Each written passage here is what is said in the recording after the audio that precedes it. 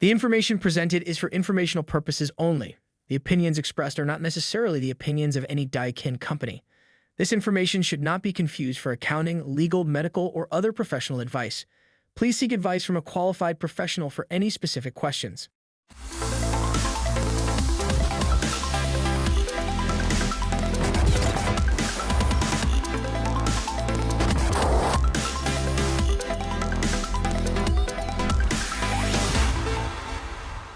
Welcome to the Accelerated HVAC Success program. My name is Ben Middleton. I'm the National Sales Training Manager for the Goodman, Amana, and Daikin brands. Today, I'm joined with Patrick Freund.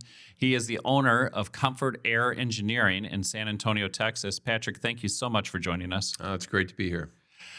So the first question I'd like to ask everybody, how in the world did you get into the HVAC industry? Tried to not get into it.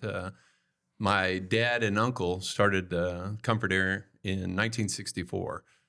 So we kind of grew up in a family business, and summers you'd go out there and sweat and cut up copper and make S's and drives in the sheet metal shop, and promised myself I wasn't going to do that when I grew up.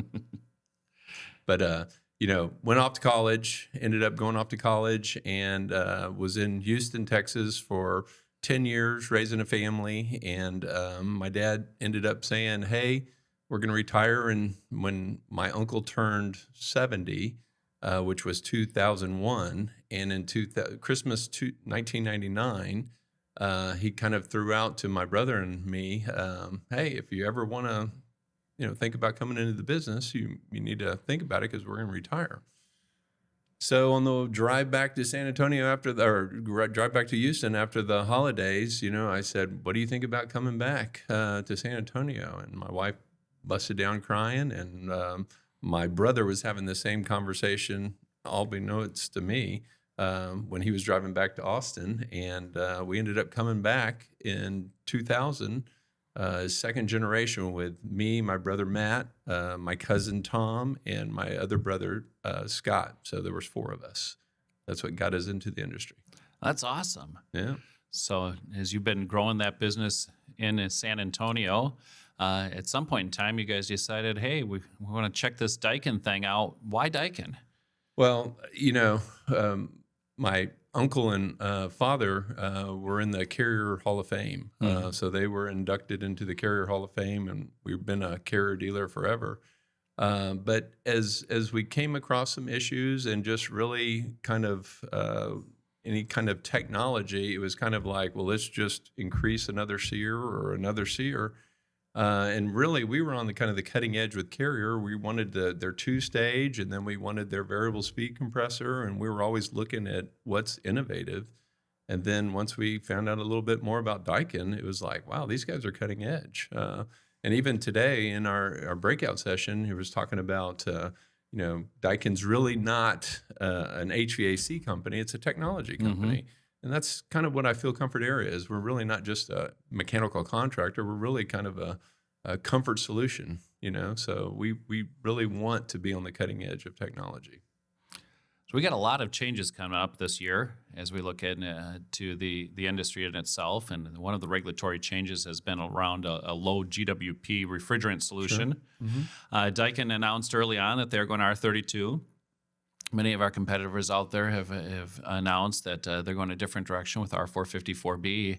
How do you see R32 impacting your business, or why would you think that R32 may be the right choice? Well, I remember, when the R410A change happened, and it was on. I felt like we were with Carrier and cutting edge because they were the first ones to really kind of say pure on, and that's going to be what's it. And now I really think Daikin's standing behind R32 and saying, hey, man, we've got these units everywhere out in the world, and it's doing great. I feel comfortable. I feel confident that, Daikin's leading us in the right direction with it. And I really like the idea that it's not it's a commodity. It's not some patented thing that somebody's going to be making a ton of money off of it. So let's talk a little bit about inverterization of North America. Daikin has a big mission towards inverterizing North America. How has that impacted, or how do you see that impacting your business as we continue to move forward? I think it's huge. I mean, that's what we love about Daikin. I mean, coming across the inverter was the biggest thing. for our success. We live in a very high humidity climate. The inverter does a great job of pulling moisture out of the air, and really just understanding true efficiency and not just a SEER rating, but understanding where comfort comes from, where efficiency comes from. I think I was even talking today, I think we should inverterize everything, put it in package units, put it in, chillers, whatever it is. We do a lot of commercial work. So I would love to see that inverter technology, expand throughout all the product lines. As we move into 2024, what do you anticipate are going to be some of the challenges that we might see as we get into this year? First and foremost, our biggest challenge for our company, and I think for the industry, is really quality people. Having quality people that understand the higher technology-driven, equipment, understanding more electronics, control boards, how to diagnose. I think those are the biggest issues we face personally coming into. It's one thing to sell it. I say it's easy to sell. It's another thing to back it up with a quality install and quality service. So for us, employees are always the hardest thing to make sure we have quality employees, and we're constantly training, apprentice programs, whatever it is, to keep good employees and get them well trained. As far as economy industry wide, I think it's probably going to slow down. We had our best year ever in 2023, so I feel very confident. Feel very strong about 2024. So economy-wise, I feel very good about it. I think, with inflation and everything, we've definitely having to increase price with, hourly wages for our employees. So we're trying to pay a premium to keep those quality people.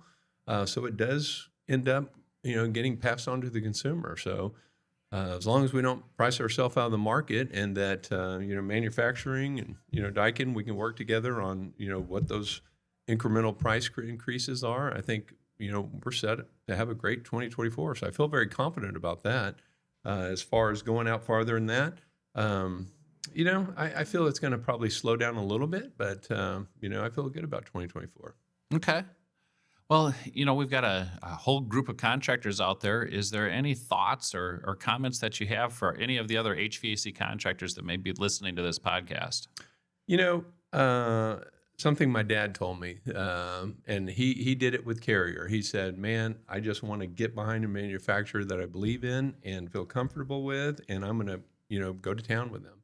Well, we've chosen that with Daikin. We've said that Daikin is going to be our manufacturer, and we want to be it's actually in our strategy plan. So our 10-year strategy plan is that we're going to be the premium Daikin contractor in South Texas. So that is our goal. That's on our vision statement. It's on our 10-year plan. And we want to be that person that, even if other contractors have issues with Daikin, that they would be willing to call us and ask for help. All right. Well, thank you so much for joining us. And if you like this program, please make sure to hit the like button so we can bring you more episodes like this one. Also, make sure to hit the follow button so that you're notified of all of the upcoming episodes that we have.